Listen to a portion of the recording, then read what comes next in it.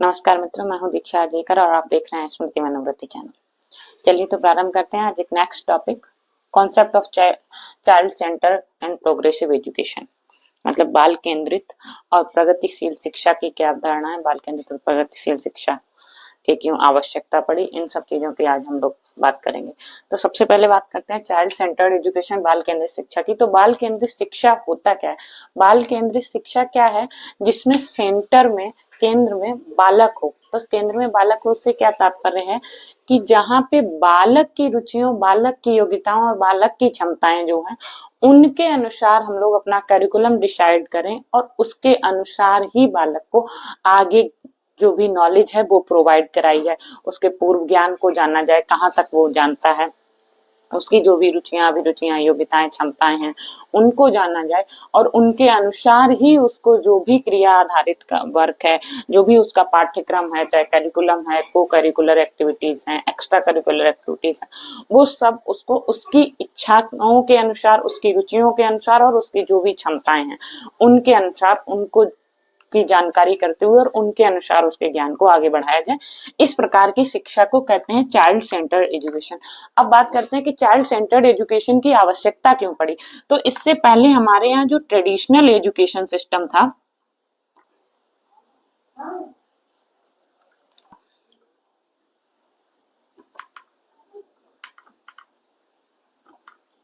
उसमें teacher centre में था, मतलब वो टीचर सेंटर्ड था।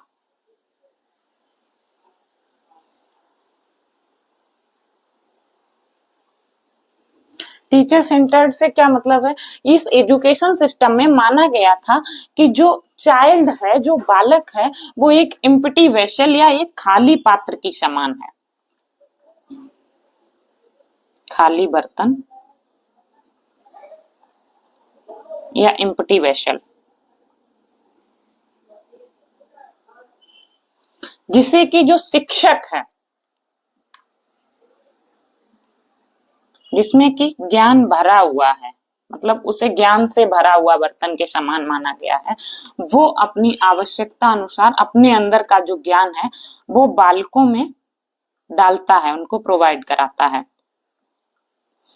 तो जो टीचर हुआ वो एक ज्ञान से भरा हुआ है पहले से ही, ठीक है।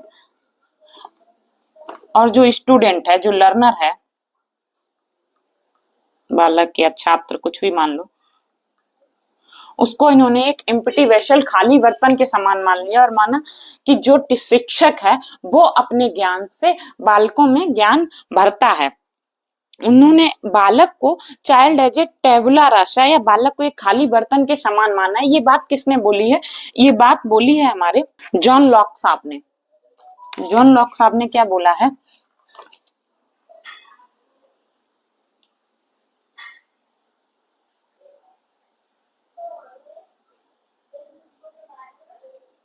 जो बालक है एक खाली बर्तन के समान है।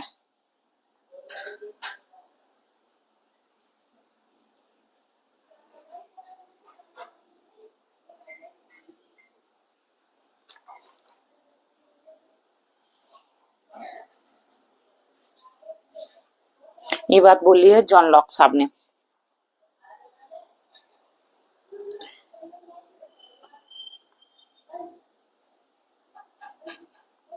जॉन लॉक, मतलब इसका क्या है कि बालक एक खाली बर्तन है या क्ले, मिट्टी, कुछ भी ऐसी चीज समझ ले जिससे कि आप बालक को जिस जैसे चाहे, जिस दिशा में चाहे मोल्ड कर सकते हैं। मतलब आप जो चाहे वो बना सकते हैं। बालक में जो अपना ज्ञान है वो कुछ नहीं होता है। कुछ लोगों ने उसे कोरी पटिया या ब्लैंक स्लेट ये सब बोला है कि बालक एक कोई भी ऐसी चीज है, खाली बर्तन है, ब्लैंक स्लेट है, मतलब जिसको आप अपनी इच्छा अनुसार या शिक्षक जो चाहे वो बना सकता है, जिस दिशा में चाहे उस दिशा में मोल्ड कर सकता है।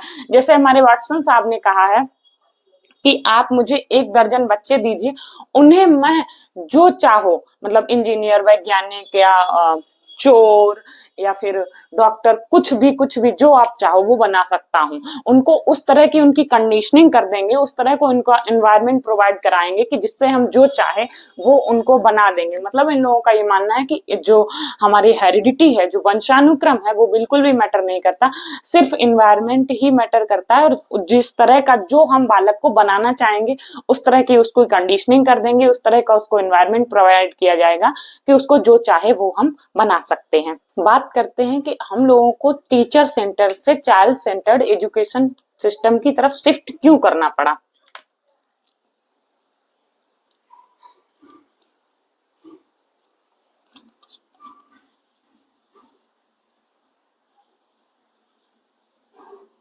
Teacher centre to child centre.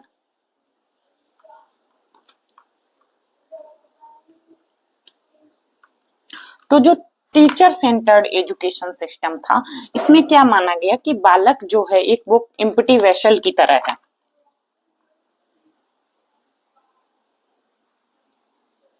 और जो टीचर है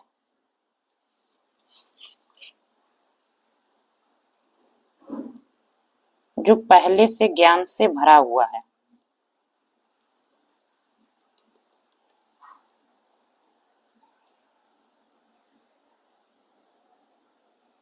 और ये हमारा लर्नर हो गया, जो अपने अंदर का ज्ञान लगातार इसमें अपनी आवश्यकता अनुसार, अपनी समझ के अनुसार इसमें उड़ेल रहा है। ये हमारा लर्नर हो गया, ये टीचर हो गया। लेकिन यहाँ पे क्या था कि सारे बच्चों को सेम तराजू पे तौल रहे, सारे टीचर्स सारे बच्चों को एक ही लर्निंग सिस्टम से, एक ही टीचिंग स्ट्रेटेजी से, एक ही सेम टीचिंग मेथड से, जो टीचर को ठीक लगा, क्योंकि टीचर सेंटर में है, उसके अनुसार उसको जो सही लग रहा है वो उसी तरह से सारे बच्चों को पढ़ाते जा रहा है। जबकि हम लोग एक ही तराजू पे सारे बच्चों को नहीं तौल सकते, सबको एक तराजू पे नहीं तौल सकते, ये तो हम सभी जानते हैं।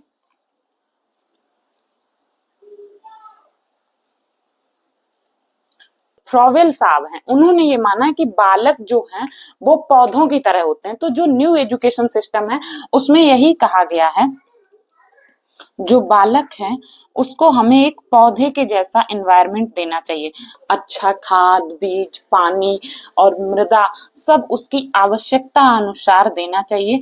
जब उसको जितनी जरूरत है उतनी उसकी जरूरत के अनुसार उसको हम पानी देंगे, जरूरत के अनुसार ही उसको खाद, बीज, जो भी मृदा वगैरह है वो सब कुछ उसकी आवश्यकता के अनुसार देना है। कौन सा वृक्ष किस मृदा पे ज्यादा अच्छा लगेगा, किस मृदा में उसकी ज्यादा अच्छी ग्रोथ होगी, तो उसके लिए उसको वहां पे लगाया जाता है। तभी तो कहते हैं कि जो सेब है वो हम लोग के यहाँ क्यों नहीं होते, क्योंकि हमारे यहाँ की जलवायु, हमारे यहाँ की मिट्टी उस तरह की नहीं है। वो जम्मू कश्मीर में ही वहां के हिसाब की मिट्टी है।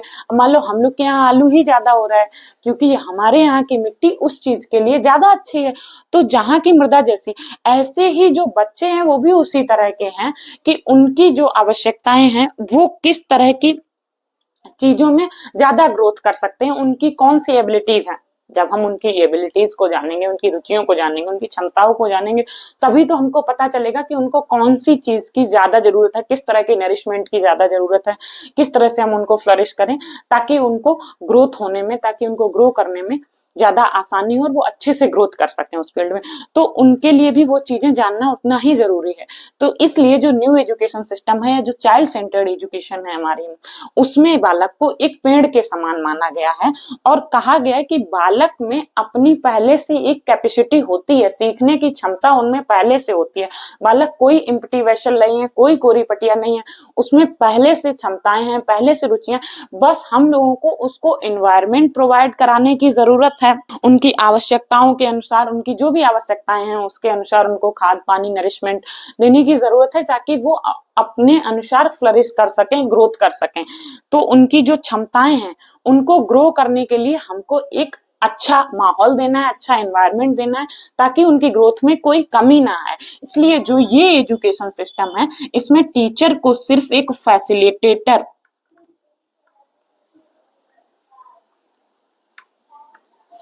या सुविधादाता या मार्गदर्शक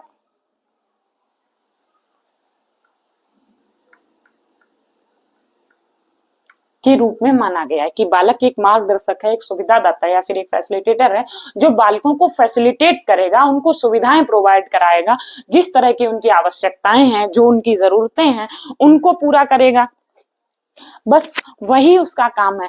वो डिक्टेट नहीं करेगा, तानाशाही नहीं करेगा, अपने अनुसार सारे बच्चों को सेम तराजू पे नहीं तोलेगा कि आज हमको सब बच्चों को यही चीज पढ़ानी है तो एक तरह का होमवर्क दे दिया करने, नहीं। और जो न्यू एजुकेशन सिस्टम उसको क्रिया आधारित बनाया। बात करते हैं टीचर सेंटर्ड एजुकेशन और चाइल्ड सेंटर्ड एजुकेशन सिस्टम में क्या अंतर है। कि जो टीचर सेंटर्ड एजुकेशन है उसमें क्या है कि एक टीचर है, वो कहीं पे एक जगह पे एक टीचर स्थित है और दूसरी जगह पे सारे बच्चे जो लर्नर्स हैं, सारे बालक, वो एक जगह एक साथ एक सीक्वेंस में बैठे हैं। तो यहाँ पे बालकों में आपस में कोई अंतःक्रिया नहीं हो रही है, सिर्फ टीचर एक्टिव है और बच्चे सारे एक तरह से डीएक्टिवेट फॉर्म में बस बैठे हैं, टीचर को सुन रहे हैं। तो इस तरह से एजुकेशन सिस्टम नहीं होना चाहिए कि बालक जब तक एक्टिवेट नहीं होंगे, कहते हैं ना कि हमारे किसी भी काम को करने में हमारी जितनी ज्यादा ज्ञानेंद्रियां, जितनी ज्यादा इंद्रियां संलिप्त होती हैं, हमको वो चीज उतने ज्यादा दिन तक हमारे माइंड में स्टेबल रहती है, उतनी ज्यादा अच्छे से समझ आती है। जैसे हम लोग मूवी वगैरह ही देखते हैं तो वो हमको कैसे सारी फटाफट डायलॉग वगैरह हो गए, गाने सब याद हो जाते हैं। वहीं पे अगर हमारी एजुकेशन की बात हो तो हो सकता है कि हिस्ट्री की जो सम्स हैं वो नहीं याद हो।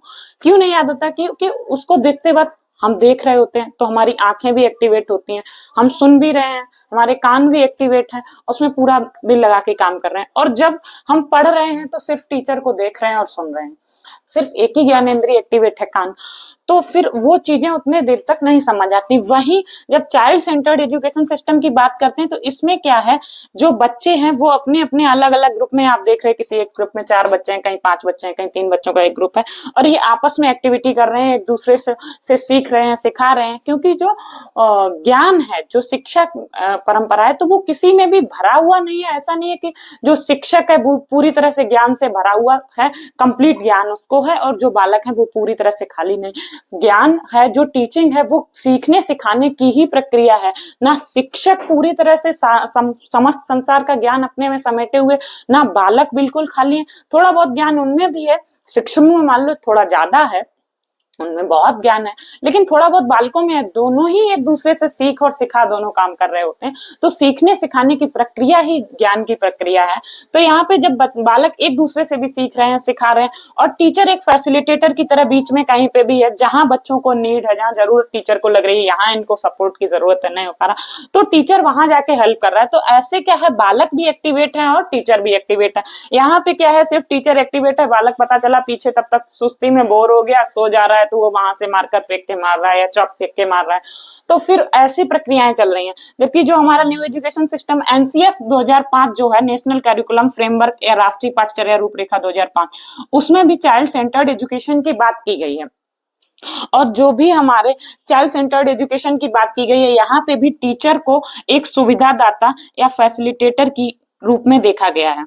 जो हमारे कुछ स्कूल ऑफ साइकोलॉजी में से कॉन्स्ट्रक्टिविस्टवाद हैं, जो रचनावादी कुछ साइकोलॉजिस्ट हैं, मनोवैज्ञानिक हैं, जैसे कि हमारे पियाजे साहब हो गए, वॉटसन साहब हो गए, या फिर बात करें ब्रूनर साहब हो गए, उन सब ने ही चाइल्ड सेंटर्ड एजुकेशन को ही महत्ता दी है। उन सब ने माना है कि जो बालक है, जो लर्नर है, वो अपने ज्ञान का निर्माण खुद कर सकता है, वो नॉलेज कंस्ट्रक्ट करने की क्षमता रखता है, वो स्वयं अपने निर्माण का जो अपना ज्ञान है उसका निर्माण कर सकता है। बशर्ते वाइगोत्स्की साहब ने माना है कि उसको समाज की हेल्प लगती है, समाज के साथ रह के ज्ञान का निर्माण कर सकता है।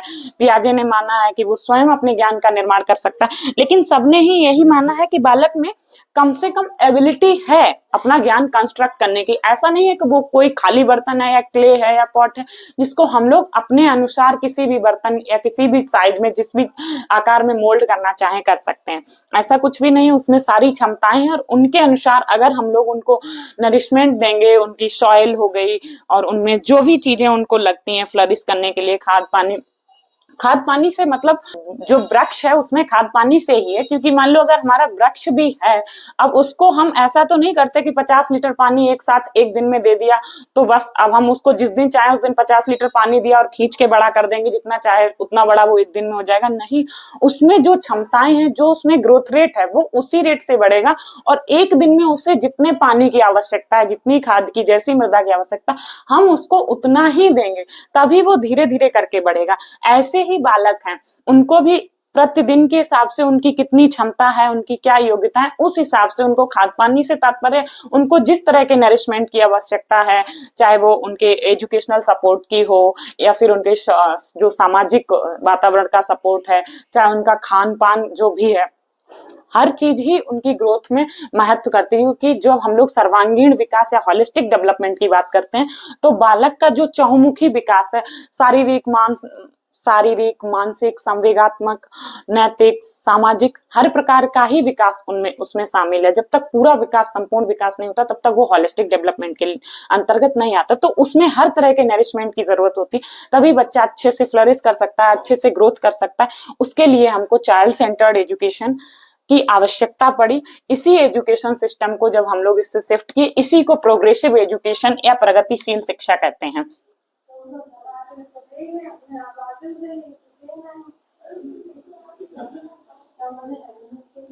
या प्रगतिशील शिक्षा के रूप में देखा गया है।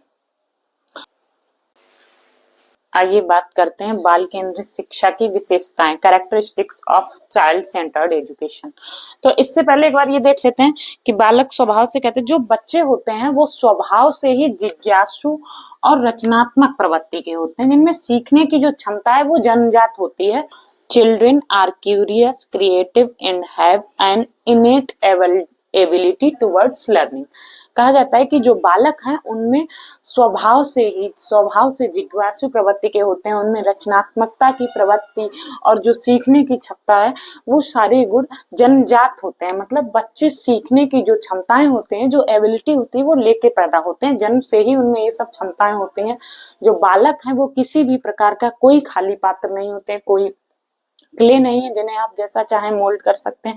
उनमें सारी क्षमताएं होती हैं, आप सिर्फ उनको अच्छे से अच्छे सीखने का एनवायरनमेंट दे सकते हैं। उनकी जो रुचियां हैं, जो उनकी क्षमताएं हैं, उनको ग्रो करने के लिए अच्छा पोषण दे सकते हैं, नरिश कर सकते हैं।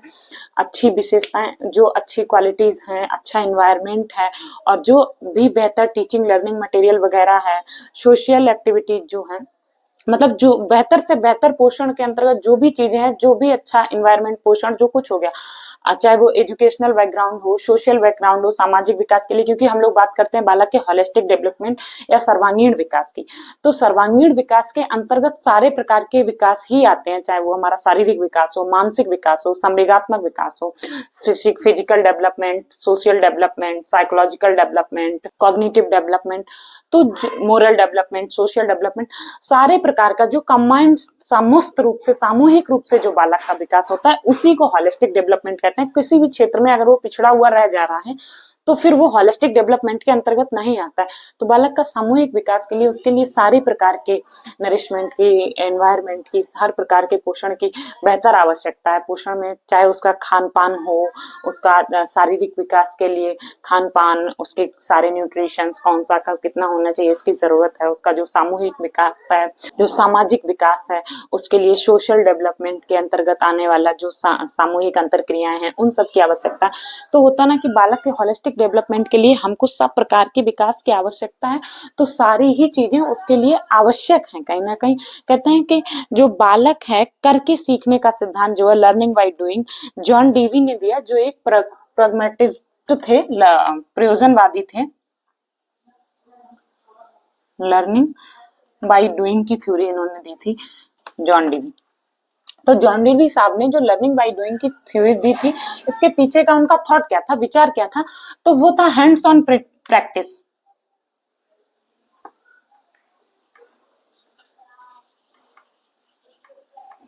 हैंड्स ऑन प्रैक्टिस से तात्पर्य है मतलब जब आप कोई भी कार्य हाथों से करते हैं, अपने हाथ से करने, किसी भी कार्य को कहते हैं करने के लिए जितनी भी ज्ञानेंद्रियां हमारे कार्य में संलिप्त रहती है, वो काम, वो चीज हमारे माइंड में उतनी अधिक देर के लिए सेव रहती है, सक्षम रहती है, उतनी ज्यादा पावरफुल होती है, उतनी ज्यादा अच्छे से हम लोग उसको यूज कर सकते हैं, ज्यादा दिन तक सेव रहती है, उतने इसको हम समझ पाते हैं। कैसे हम लोग मूवी वगैरह जो देखते हैं वो क्यों हमारे ब्रेन में हमेशा पूरी, कहो हमको 1 to 1, लाइन टू लाइन सारे डायलॉग से याद हो, सॉन्ग्स हैं वो भी याद है, सॉन्ग्स के किसी को डांसिंग पता चले डांसिंग के स्टेप्स भी याद हैं, क्योंकि जब मूवी देख रहे होते हैं हम लोग तो हमारी आंखें भी सक्रिय हैं, कान भी सक्रिय है, तो होता है ना, जितनी अधिक ज्ञानेंद्रिय सक्रिय, और पता चला अगर हम जो टीचर वाला पैटर्न है, टीचर सेंटर्ड वाला, उसमें टीचर ही एक्टिव है और बच्चे एक्टिवेट नहीं है, तो उसमें क्या हो जा रहा है, बालक सिर्फ बैठ के सुन रहा है, बिल्कुल भी डीएक्टिवेटेड रूप में। तो वो क्या होता है कि जब बालक डीएक्टिवेट रहेगा तो वहां पे उसका होलिस्टिक डेवलपमेंट होना थोड़ा टफ टास्क है। प्रोग्रेसिव एजुकेशन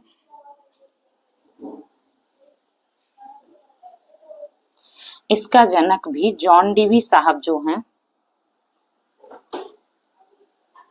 उनको कहते हैं, क्योंकि इन्होंने प्रयोजनवाद का सिद्धांत दिया, प्रयोजनवाद के भी ये जनक हैं। इन्होंने शिकागो में लैब स्कूल्स खोले जिनको एलिमेंट्री स्कूल भी कहा जाता है। तो इसी वजह से इनको प्रयोजनवादी जो थ्योरी है, जो प्रयोजनवाद के लोग हैं, मनोवैज्ञानिक हैं, इनका मानना प्रयोग करके, मतलब करके सीखने का सिद्धांत ही प्रयोजनवाद में आया। प्रयोजनवाद की थ्योरी ही प्रयोग पर आधारित है, प्रयोग आधारित जो थ्योरी है वो प्रयोजनवाद में आती है। एक्सपेरिमेंट करके सीखना आदि की थ्योरी, हैंड्स ऑन प्रैक्टिसेस, ये सब इसमें आते हैं। तो इन्हीं लोगों ने बालकों को जिज्ञासु स्वभाव का, रचनात्मक और सीखने की उनमें क्षमता जन्मजात होती है, इन सारी चीजों पे इन्होंने फोकस किया है। अब बात करते हैं characteristics of child centred education, बाल केंद्रित शिक्षा की विशेषताएं क्या हैं। तो जो हमारी पहली विशेषता है, बाल केंद्रित शिक्षा बालक के वर्तमान जीवन और अनुभवों पर फोकस करती है। कैसे? बाल केंद्रित शिक्षा जो है वो बालकों को उसको जो करंट की लाइफ है, प्रेजेंट लाइफ है, जो भी वो जीवन शैली डेली दिनचर्या कर रहा होता है, जो भी उसके व्यवहारिक जीवन में घटने वाली घटनाएं होती हैं, जो भी उसके अनुभव होते हैं, दैनिक दिनचर्या से संबंधित जो भी उसके अनुभव होते हैं, उन सब से रिलेट करके एजुकेशन दी जाती है। तो जब भी जो काम हम डेली बेसिस पे कर रहे हैं उनसे जोड़ के अगर हमें कोई चीज सिखाई जाएगी तो वो हमारे लिए नई नई होगी और सीखना आसान हो जाएगा। अभी बात करते हैं जो शिक्षण अधिगम प्रक्रिया का केंद्र बिंदु बालक को माना जाता है। तो ये जो बाल केंद्रित शिक्षा शब्द से ही निकल के समझ आ रहा है हम लोग को बहुत आसानी से, बाल केंद्रित शब्द से ही आशय है कि बालक केंद्र बिंदु में है। तो बालक केंद्र में कैसे है, जो बालक की रुचियां हैं, बालक की जो क्षमताएं हैं, जो भी एबिलिटीज हैं बालक में, उनको ध्यान में रखते हुए जो शिक्षण प्रक्रिया है उसको करना, बालकों की एबिलिटीज को जानना, उसके अनुसार उनकी जो भी एबिलिटीज हैं, उनकी रुचियां हैं, तो उनके इंटरेस्ट एरियाज, उनको जानकर उनके लिए कैरिकुलम बिल्ड करना, कैरिकुलम को करिकुलर एक्टिविटीज हो जाए, एक्स्ट्रा करिकुलर एक्टिविटीज हो जाए। अगर मान लो हमको पता है कि कोई बालक कि किसी भी कौशल विशेष में, जैसे कि नीचे अगले बिंदु में बात की गई कि उनकी क्षमताओं और कौशलों का उचित उपयोग का अवसर प्रदान करती है। तो कैसे उचित उपयोग का अवसर प्रदान करती है? किसी बालक को, मान लो हमारे पास कोई नया बालक आया है, तो सबसे पहले हम लोग विविध एक्टिविटीज के माध्यम से कुछ उसका टेस्ट लेंगे या जो भी कुछ उसको पढ़ाएंगे, जिससे कि हम लोग उसके जो भी जिस भी स्टैंडर्ड में है उस लेवल के हिसाब से उसके हम जो पूर्व ज्ञान है उसको जानने की कोशिश करेंगे, उसकी जो रुचियां हैं, उसके क्या इंटरेस्ट एरियाज हैं, उनको जानने का प्रयास करेंगे। उसके बाद मान लो हमको पता चलता है कि कोई बालक है, मान लो एक्स्ट्रा करिकुलर एक्टिविटीज के लिए, गेम्स के लिए मान लो हमने माना, तो उसको कोई भी जो 4-5 गेम खिलाए, मान लो क्रिकेट हो गया, फुटबॉल हो गया, वॉलीबॉल हो गया, खो खो हो गया, कोई भी, ठीक है। उसके बाद हम लोग ने देखा कि कोई बच्चा वॉलीबॉल में बहुत अच्छा है, कोई क्रिकेट में अच्छा है। अगर कोई बच्चा क्रिकेट में अच्छा है तो फिर वो बैटिंग में ज्यादा अच्छा है कि बॉलिंग में, तो उसको, अब हमको पता चल गया कि एक बच्चा है जो क्रिकेट में अच्छा है, क्रिकेट में भी वो बैटिंग में अच्छा है, तो उसको उस तरह का एनवायरनमेंट देना, उसको क्रिकेट खिलाने के का जो एनवायरनमेंट है, क्रिकेट का प्लेग्राउंड प्रोवाइड करवाना, फिर उसको क्रिकेट के लिए जो जो सुविधाएं होती हैं वो सब मुहैया कराना। उसके बाद उसमें अब जो क्षमता उसमें है उसी को और निखार के लाना, उसमें प्रगति करना, ग्रोथ करना, फिर उसको उसी क्षेत्र विशेष में ऊपर तक ले जाने के लिए प्रयास करना। तो जो ये उसकी क्षमताएं हुई, जो उसके कौशल हुए, उनका उचित प्रयोग हुआ। उसके लिए उसको, मान लो हम डिस्ट्रिक्ट स्तर पे कोई गेम हो रहा है, उसके लिए उसको तैयार किया, फिर वहां तक पहुंचाया, डिस्ट्रिक्ट स्तर में मान लो वो जीत जाता है, जिला स्तर पे, फिर उसको स्टेट लेवल गेम्स तक पहुंचाया। ये हुआ कि जो उसके कौशल हैं उनका उचित उपयोग और उसका अवसर प्रदान किया गया, जो भी उसका कौशल था, जो भी उसमें स्किल थी। तो उसके लिए जब तक आपको एक अच्छा प्लेटफॉर्म नहीं मिलता तो आप में लाख एबिलिटीज बनी रही, आप उसका क्या करोगे? क्योंकि बिना प्लेटफॉर्म के तो आप उसका ना तो यूज कर सकते हो, ना उसका कुछ हो सकता है। तो एक अच्छा प्लेटफॉर्म मिल पाना, यही बड़ी बात होती है। बाल केंद्रित शिक्षा में इन सारी चीजों को मद्देनजर रखते हुए शिक्षा की विधियों को बनाया गया।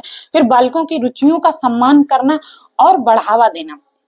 बालकों की रुचियों का कैसे सम्मान करना, बालक के इंटरेस्ट एरिया जाना। फिर उनको ये नहीं कि मान लो कोई बालक है, उसको खाना बनाने में इंटरेस्ट है, या किसी को म्यूजिक में इंटरेस्ट है, किसी को डांसिंग में इंटरेस्ट है, तो अभी भी बहुत सारे रूढ़िवादी परंपरा के विद्यालय हैं। मान लो किसी कोई लड़की है, उसको खाने में इंटरेस्ट है, तो पता चला बोल दिया हाँ बेटा तुम कुछ नहीं कर पाओगे, तुम तो केवल अपने जीवन काल में खाना ही बनाना और कुछ अच्छा मत करना। क्यों? खाना बनाने में क्या अच्छे प्लेटफॉर्म्स नहीं है, अच्छी ग्रोथ नहीं है? आज की डेट में अपॉर्चुनिटीज की तो कमी ही नहीं है।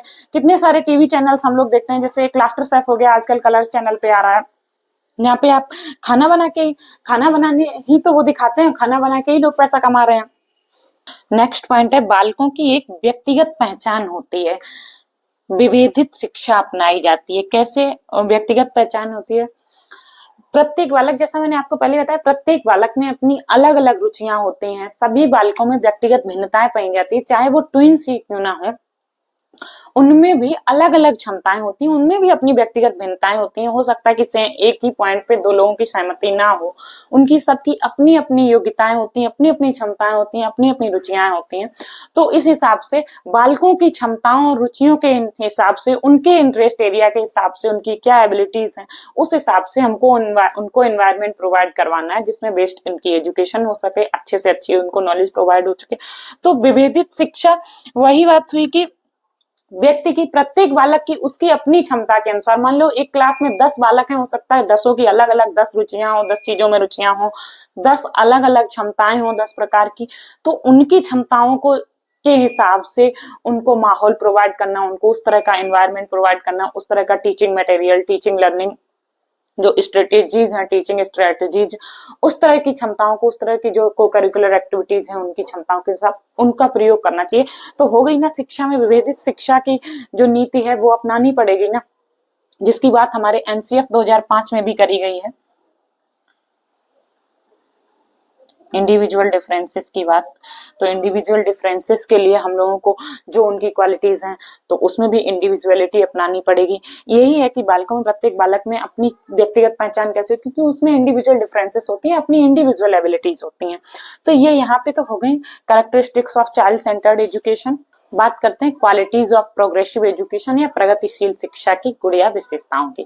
तो सबसे पहले प्रगतिशील शिक्षा स्वयं को वर्तमान के अनुभवों से जुड़ा हुआ पाती है। मतलब जो शिक्षा की जो रूट है इस एजुकेशन की, प्रगतिशील शिक्षा हो गई, चाइल्ड सेंटर एजुकेशन, वो व्यवहारिक जीवन से जुड़ी हुई है। मतलब रूट्स आपकी जो प्रेजेंट सिनेरियो जो व्यवहारिक जीवन है, आपकी डेली लाइफ, डेली रूटीन से जुड़ी हुई जो चीजें हैं, उससे जुड़ी हुई रूट्स हैं उसकी। तो उस जब भी हम व्यवहारिक जीवन से जोड़ के कोई काम कर रहे हैं तो उसको सीखने में आसानी होती है। तो यही यहाँ पे बताया कि इसकी जो रूट्स हैं वो उससे जुड़ी हुई होती हैं, या जो प्रगतिशील शिक्षा है उसके जो एक्सपीरियंस, जो आपके दैनिक जीवन के एक्सपीरियंस हैं, उनसे जुड़ी हुई है। करके सीखना का सिद्धांत, या वही फिर से व्यवहारिक अनुभव, मतलब जिसमें आपके हाथ पांव या शारीरिक रूप से समस्त आपकी बॉडी, सारी ज्ञानेंद्रियां आपकी जिस काम में संलिप्त हैं, वो काम आपका ज्यादा स्टेबल होगा, माइंड में ज्यादा दिन तक स्टेबिलिटी रहेगी। समस्या समाधान एवं आलोचनात्मक चिंतन का विकास, मतलब जितनी ज्यादा किसी काम में आपकी जितनी ज्यादा इंद्रियां संलिप्त रहेंगी, जितने ज्यादा काम में आप ज्यादा एक्टिवेट फॉर्म में रहेंगे, वो कार्य आपको समस्या समाधान के उतने अधिक तरीके बताएगा। तो इससे, इन कार्यों से आप में समस्या समाधान की क्षमताओं का विकास होता है, आलोचनात्मक चिंतन का विकास होता है, क्रिटिकल थिंकिंग जिसको कहते हैं, डाइवर्सिटी का विकास होता है। मतलब कोई एक प्रॉब्लम पे आप 10 तरह के से सॉल्यूशन सोच सकें कि इसको ऐसे भी कर सकते हैं, ऐसे भी कर सकते हैं, ऐसे भी कर सकते हैं। सामाजिक कौशल एवं जीवन पर्यंत सीखना, मतलब इससे आप में सामाजिक कौशलों का विकास होता है, जो सोशल स्किल्स हैं, समाज के साथ किस तरह से एकोमोडेट किया जाए, कैसे सामंजस्य बिठाया जाए, सामाजिक चीजों के साथ, सामाजिक जो रूढ़िवादी विचारधाराएं हैं, सामाजिक जो भी रिचुअल्स हैं, रीति रिवाज हैं, अपने अपने समाज के अनुसार, सोसाइटीज कल्चर्स के अनुसार चेंज होते रहते हैं, अलग अलग जगह के अलग अलग हैं। तो उनके साथ एडजस्ट करना, सोशल के जो सामाजिक कौशल है उनका विकास करना, उनमें समायोजित होना अपने में, उनको ये सब चीजें सीखना। और जो सीखने की जो प्रक्रिया है वो लाइफ टाइम जीवन पर्यंत चलती रहती है। उसके बाद सहयोगात्मक समूह कार्य, कोलैबोरेटिव ग्रुप वर्क और सामाजिक कौशलों का विकास। फिर से वही बात, मतलब सामाजिक रूप से जब हम लोग सामूहिक रूप से एक ही समूह में कार्य करते हैं, 10-5 लोग मिलके सामूहिक रूप से कोई कार्य करेंगे, एक तो उस कार्य को हो सकता है कि जैसे कोई प्रॉब्लम है उसको हम अकेले ही सॉल्व करने की सोच रहे हैं, तो हमारे अकेले के माइंड में जो सॉल्यूशंस आएंगे हम वही प्रयोग करेंगे। लेकिन 10 लोग हो सकता है कम भी सोचेंगे, एक आइडिया भी देंगे तो 10 आइडियाज हमारे पास होंगे। तो एक तो उसमें समूह में काम करने की भावना विकसित होती है, समूह में काम करने की क्षमता विकसित होती है, आप में वो एबिलिटीज आते हैं, जिससे जब आप समूह में काम करोगे तो 10 लोगों के साथ एडजस्ट करना सीखोगे, अकोमोडेट करना सीखोगे, जिससे सामाजिक कौशलों का भी विकास होता है। फिर पाठ्य पुस्तकों पर कम जोर, जो हमारी न्यू एजुकेशन पॉलिसी है एनसीएफ 2005 जो है उसमें भी ये बात बोली गई है, पाठ्य पुस्तकों पर कम जोर दिया गया है, रटंत विद्या पे कम फोकस किया गया है। आपकी जो व्यवहारिक जीवन से जुड़ा हुआ जो नॉलेज है, जो ज्ञान है, उसको ज्यादा अच्छा माना गया है। क्रिया आधारित ज्ञान, एक्टिविटी बेस्ड लर्निंग पर फोकस किया गया है। और जो भी विविध व्यवहारिक ज्ञान के साथ सीखना, जो हमारे ज्ञान में लचीलेपन की जो भावना है वो होना, इन सब चीजों को जो प्रोग्रेसिव एजुकेशन है ये सब अपने आप में समेटे हुए हैं। चलिए अब बात कर लेते हैं कुछ मनोवैज्ञानिकों की, कुछ फिलोसफर्स की जिन्होंने प्रोग्रेसिव एजुकेशन पे बात की है। तो पहले नंबर पे हम लोग बात करते हैं मारिया मांटेसरी। मारिया मांटेसरी ने हमेशा बालकों को का जो हाथ है उनको मुख्य शिक्षक के रूप में देखा है। फिर से वही बात, हैंड्स ऑन प्रैक्टिस करके सीखने का जो सिद्धांत है, लर्निंग बाय डूइंग, क्योंकि जब भी आप कुछ भी करते हो तो हाथों से ही करते हो, तो व्यवहारिक रूप से सीखने को इन्होंने प्राथमिकता दी है मुख्य रूप से, क्योंकि व्यवहारिक रूप से सीखी हुई चीजें आपके ब्रेन में ज्यादा देर तक स्टेबल रहती हैं। मांटेसरी ने अधिकतर युवा मन की तुलना स्पंज से की है। मन वस्तुतः पर्यावरण की जानकारी को अवशोषित करता है। फिर से वही बात, जो स्पंज है वो किसी भी चीज को अपने आप में एब्जॉर्ब कर लेता है। आप लोगों ने देखा होगा बर्तन धुलने के लिए जो स्पंज आता है, तो जो भी झाग रहता है साबुन का वो उसमें ऑब्जर्व किया होता है। ऐसे ही जो बालक हैं वो पर्यावरण की, उसके आसपास की जो भी जानकारी है उसको अपने ब्रेन में कलेक्ट किया होता है, मतलब उसको उसमें अवशोषित कर लेता है, सोख लेता है एक तरह से। तो वो उसको इन्होंने बालक के मस्तिष्क को एक स्पंज की तरह माना है। उसके बाद बात करते हैं रूसो की। तो रूसो की का एक नॉवल है जो 1762 में आया, इमाइल नामक पुस्तक, जिसमें बताया गया है कि बालक कोई दुष्ट प्रवृत्ति का नहीं है, कोई एवल नहीं है, जो पहले बताया जाता था कि बालक दुष्ट प्रवृत्ति का होता है, जैसा पूर्व में माना जाता था। जबकि इनका मानना है, इसमें इन्होंने अपनी पुस्तक में दिया हुआ है कि बालक जो है वो सीख सकता है, उसकी रुचि और क्षमता के अनुसार उसको सिखाया जाना चाहिए, मतलब उसकी रुचि और क्षमताओं को ध्यान में रखते हुए सिखाया जाना चाहिए। सब में लगभग सेम ही बात है। फिर बात करते हैं फ्रॉवेल साहब की। तो उन्होंने प्लेवे मेथड, खेल पद्धति, और किंडरगार्टन मेथड, किंडरगार्टन पद्धति, दो पद्धतियों का विकास किया, दो पद्धति बताई हैं। तो जो किंडरगार्टन मेथड है, इसमें इस पद्धति पे आधारित इन्होंने जर्मनी में कुछ स्कूल्स खोले, प्ले ग्रुप वाले बच्चों के ही स्कूल्स खोले। तो उन्होंने बताया कि जो नन्हे बालक हैं, जो छोटे बालक हैं, उनकी तुलना इन्होंने पौधों से की। बालकों को पौधों के समान माना गया। इनका उद्देश्य मुख्य था नेचुरल मीडियम में, जो प्राकृतिक माहौल है उसमें बच्चों को प्रकृति के साथ खेल कूद के माध्यम से सिखाना। फ्रॉवेल साहब के जीवन का अधिकतर समय गार्डन में बीता, क्योंकि उनके माता जी थी वो बहुत जल्दी, उनकी बहुत कम आयु में एक्सपायर कर गई थी। जो पिताजी थे वो अपने कार्य में संलिप्त रहते थे, व्यवसाय आदि में। तो ये जो थे गार्डन में अधिकतर समय गार्डन में व्यतीत किया करते थे। तो उन्होंने पेड़ पौधों को बहुत ही करीब से देखा है, नेचर को बहुत करीब से देखा है। तो इन्होंने इसीलिए पौधों और बालकों में ये कंपैरेटिव स्टडी के माध्यम से बालकों को पौधों के समान बताया। और जो बच्चों की इनिशियल एजुकेशन होती है, एलिमेंट्री एजुकेशन होती है, एलिमेंट्री स्टेज वाले बालकों को की जो स्टेज है उसको इन्होंने किंडरगार्टन पद्धति कहा। उसी स्टेज के बालकों के लिए इन्होंने जर्मनी में कुछ किंडरगार्टन स्कूल्स भी खोले, जहां पे खेल के माध्यम से बालकों को पढ़ना लिखना सिखाया जाता था।